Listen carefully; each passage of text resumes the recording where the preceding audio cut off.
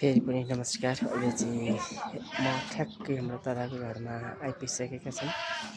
यो चाहिँ मेरो दादाको घर हुनुहुन्छ अनि यहाँ चाहिँ अहिले चाहिँ 2-3 दिनदेखि चाहिँ हाम्रो गाउँमा चाहिँ एकदम वर्षा भएको कारणले भारी वर्षा भएको कारणले गर्दाखेरि यो गाडीहरू पनि क्युको गाडीहरू पनि जान सकिरहेको छैन।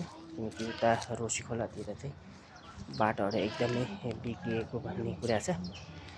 त्यसैले यो गाडीहरू पनि यात्राका लागि तयारी छ, तर उनीहरू अगाडि बढ्न पाएका छैनन् किनकि उहाँको यात्रा रोकिएको छ।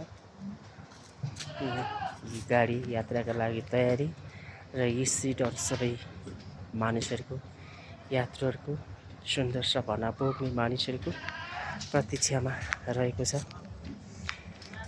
कति बेला चाहिँ बाटो बन्छ र गाडी आफ्नो गन्तव्यमा अगाडि बढ्नका लागि एकदम आतुर छन् र यात्रामा अगाडि बढ्नका लागि सुन्दर सपनाहरू बोकेर हिँड्ने मान्छेलाई चाहिँ गाउँबाट सहरसम्म पुर्याउनका लागि यहाँ यो गाडी चाहिँ तयारी छ, प्रतीक्षामा यात्राको।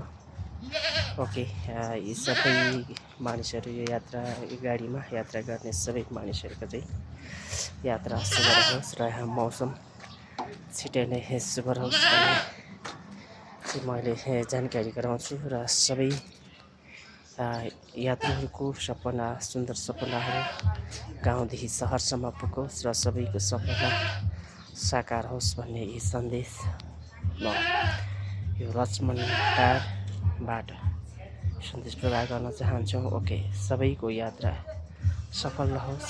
Good luck, God bless you.